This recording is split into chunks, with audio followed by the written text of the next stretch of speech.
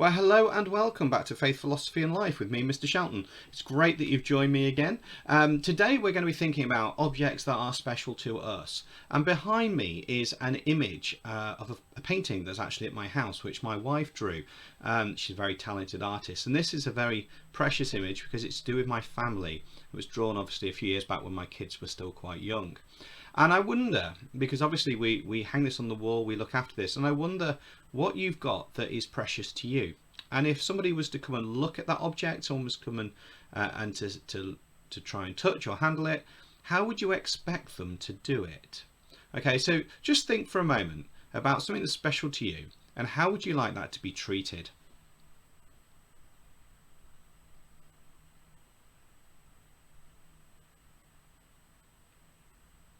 Okay, so today what we're going to think about is we're going to think about items used in worship, and we're going to look at prayer as well from a Jewish perspective. And we're going to think about the way that Jews have things that point to other things. They're symbolic towards parts of their faith. But additionally to that, they respect these objects, these artifacts, a lot. And that is what we're going to do. You're going to do a bit of research today, and you're going to watch some clips as well today. Before we do that, however, I am going to say, okay, so this is the time for you to go and grab a piece of paper and a pen, because here's our cheesy intro music.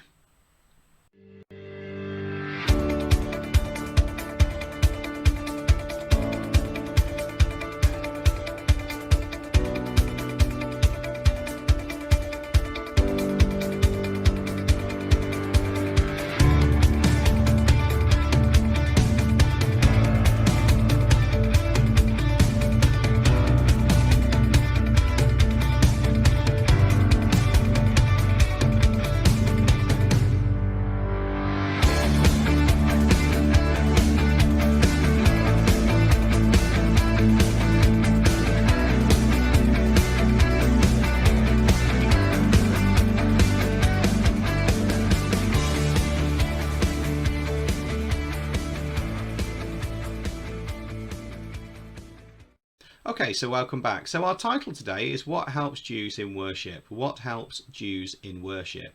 And we've got our learning objective there, which is to know what artifacts are used by Jews to help them worship of God. Okay, to know what artifacts are used by Jews to help them in their worship of God. So make sure you've got the title down as usual. Pause this clip wherever we need to. Okay, and these are our outcomes. So it's going to be a good outcome if we can draw and label correctly some of the main artifacts used in Judaism. It's going to be great if you can explain how these objects shape worship of God. And it's going to be even better if you can use some specialist terms and tie these objects into some of the Jewish laws that we've studied as well. So our literacy skill is going to be listening to others. Now obviously we're not going to be listening to anyone else, but we can extract information from clips. And we're going to think about a Christian value of gentleness, which is how is it that people approach God and how is it they handle things that are important to other people. So you've got an idea what we're doing. We're going to look at prayer, then we're going to look at the Amidah. We're going to do a little artifact hunt research thing online, and then there's an exam question for you to look at as well. So to start with then, I'd like you to think about these two questions, maybe write a response in your book already. What is prayer and how do people pray? Okay, so using your knowledge that you have already, not necessarily about Jewish prayer, but about any form of prayer, what would you define prayer as, and how would you say that people should pray? Pause me now while you do that. Okay, so what I'd like you now to do is to use the link in the description below to access a web page that I've screen captured from the BBC. It's an archive page, so it is still available if you just search for Jewish prayer if you can't get the information up behind me. And there are 6 questions behind me that I would like you to extract the information from and answer. I'm not going to read those through with you because you can read those very clearly. You don't have to listen to me. So you need to access the BBC webpage that I've linked below, or that's in the description, and then I would like you to answer those questions. So pause me now. This should take you about 10 minutes. Remember, full sentences or write the question out and do short answers, whatever your teacher would normally expect, but I would certainly expect full sentences. You are doing GCSE. Brilliant. So the Amidah then which is a prayer, which we're going to look at now, is all about humbleness before God and acknowledging the power he has over the Jews. Might be worth you making a note of that. The Amidah is all about humbleness before God and acknowledging the power he has over Jews. So my question is this for you just to think about. If you want to write anything down, then please do so. Who or what has authority over you? Who or what has authority over you? So this is the Amidah about being humble before God because God has authority over them. And by authority, I mean power. And by the way, with the other one, prayer then is communication with God. Didn't say that. And how do people pray? Well, there's loads of different ways, aren't there? There's standing, there's sitting, there's lying on the floor, being called prostrate. There is singing, there's listening to music, there's lighting candles. There's tons of ways that people pray to God. And with the Amidah in Judaism is just one of the approaches that Jews might use, and Jews use a heck of a lot of ways to praise God. So pause this clip, make sure you've got the Amidah down there, the definition.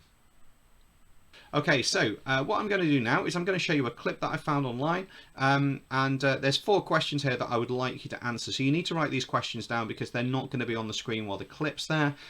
So the first question is, what is the Amidah? The second one is, how is it said? The third one is, what is prayed about? And the fourth one is, why is it important to Jews? So they're not very long questions. So write them out, leave a couple of lines between each of them, and then come back to me. Okay, so hopefully now you've got those down, and I'm now going to show you the clip. So 3, 2, 1, media clip from YouTube, go.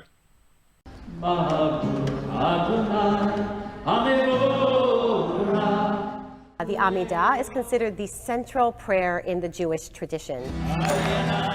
It's considered the time in the prayer service where we are most open spiritually and we're really ready to talk to God. The Amidah is known as a silent prayer. And one of the reasons for the silence is because a person shouldn't be distracted from the conversation that they are having with God. But actually, if you go to a more traditional synagogue during the Amidah, it will not be silent because people will actually be sort of whispering, muttering the prayer to themselves under their breath, because we are actually supposed to be in conversation, right? We speak aloud to God, and God speaks in God's own way to us. We request the God that we be protected, that we be healthy. But when it's Shabbat or holidays, we are offering our gratitude to God. We are grateful for the Sabbath, for instance. We are grateful for God's holiness. The first part of the Amidah is the moment where we reflect on our ancestors, being descendants of Abraham, of Isaac, of Jacob, and of course in contemporary times we also say of Sarah, Rebecca, Rachel, and Leah. And because of their merit, and because of the ways that they interacted with God in ancient history, so too may God be gracious to us and protect us and help us live to be our best selves. As we begin the Amidah, we begin by taking 3 steps backward and then 3 steps forward as if we are entering God's kingdom. We begin with bowing before God, right? We bend our knees, we bow down as we say the words, Baruch Atah, blessed are you. And then we rise up as we say God's name, believing that it is God or God's presence that can somehow lift the fallen. You will often see, if you go into a Jewish prayer service, people using their bodies during the Amidah in one of 2 ways. Either they are moving back and forth wildly, we call that in Yiddish shuckling, right? As if it is a sort of dance that they are doing with God. Or sometimes in some Hasidic traditions, they actually stand stock still. When we say the Kiddusha, we are actually supposed to rise up on our toes like we are angels. It is an embodied prayer. At the end of the Amidah, we take 3 steps back. We are exiting God's kingdom. We bow to the left, to the right, in front of us as we say this prayer for peace. And then we rise up again on our tiptoes, right? As a way of recognition of all the holiness that we have just been a part of. One of the themes that is complicated for a lot of Jews who are saying the Amidah is the theme of the resurrection of the dead. But even the idea of Mechayeh HaMetim, the one who brings the dead back to life, can have meaning even for those of us who don't necessarily believe in the resurrection of the dead, because we understand this concept of being broken. We're talking about those moments that all of us have experienced, of feeling bereft, right? The dark night of the soul, some people will call it. Those are the moments that God can help resurrect us. this prayer that goes back thousands of years, can be changed, and it can also be kept as it is and given new meaning and made eternally meaningful for the Jewish people. Brilliant. Okay, so hope that you got the answer to that. So the Amidah is the standing prayer. It also can be known as the silent prayer, even though people mutter. How is it said? Well, I've just said it's done whispering under your breath sort of thing and standing up, turning round. What's prayed about? Well, it's prayed about the nation of Israel. It's prayed about the patriarchs, which are the Jewish founders, which we thought about in the Jewish Chronicles unit. It's prayed about life after death, with the Messiah. There's lots and lots of things within that prayer. And why is it important? Because it's foundational to Jewish people's belief. Now, you might have some other answers as well, and that's absolutely fine and dandy. So we said then that we'd know which artifacts are used to help Jews with their worship God. Now, we haven't actually really looked at that yet. However, you have seen quite a few of them in the clip you've just seen, which brings us to our artifact hunt. So this is really straightforward. Your task is to create a leaflet, poster or PowerPoint with pictures and information on it. It's really easy because you're meant to copy and paste the pictures but not the text. If you copy and paste the text, then there's no learning involved, and I always say don't bother copying because copying is pointless. So this is what I need you to do. You're going to need to put this in a tab. Leave this clip loaded up in the background where you do some research online for the rest of it. So I'd like you to look at a yad, a talit, tefillin, yalmulka, also known as a kippah, not a fish, which is a kippah, K-I-P-P-A-H, a mezuzah, and the Tanakh, which hopefully you've already got some notes on. So you're going to create a PowerPoint or a leaflet or a poster that goes through the questions or the information that I've got there for you to look at. So this is going to take you about 20-25 minutes or so. So pause this and let's get some research done. Excellent. So hopefully you've got that done. So we're going to look at a B exam question. Now this is for the EduCast exam board. So it's a describe question. It's AO1. It's information only. So you're after 4 bits of information and a quote. Hence the quotes that I've got over my shoulder there. So 4 bits of information and a quote. So to do this, you might talk about 4 different items that Jews use in worship. You then might put a quote in to say why they use them. You might have some information that you've got previously from your research as well. So you have now got 5 minutes. That's how long this should take you to get that question answered. So pause me now, give that a go. Okay, so let's get that marked then. So to start off with, you're looking for religious terms. Okay, so underline or highlight any religious language that you've used. So words like kippah, mezuzah, talit, tefillin, all of those would be key terms. Tanakh as well. So underline any of those. Okay, the next thing I'd like you to do is try and find a quote. Do you have a quote in there? If you've got a quote in there, you could potentially be getting 4 or 5. If you don't have a quote in there, you're going to be 3 or below. Okay, as a rough rule of thumb then, how many points have you made? Points don't necessarily equal prizes in this, but it is an indication whether it's limited, good, or excellent. Basically, if you've got lots of information in it, it's more likely to be to the top end of the scale. If you've only got a tiny bit of information in, it's more likely to be towards the bottom. So mark that now, give yourself an EBI, an even better if, so you give yourself a target for next time. Pause me and then come back to me when you've done that.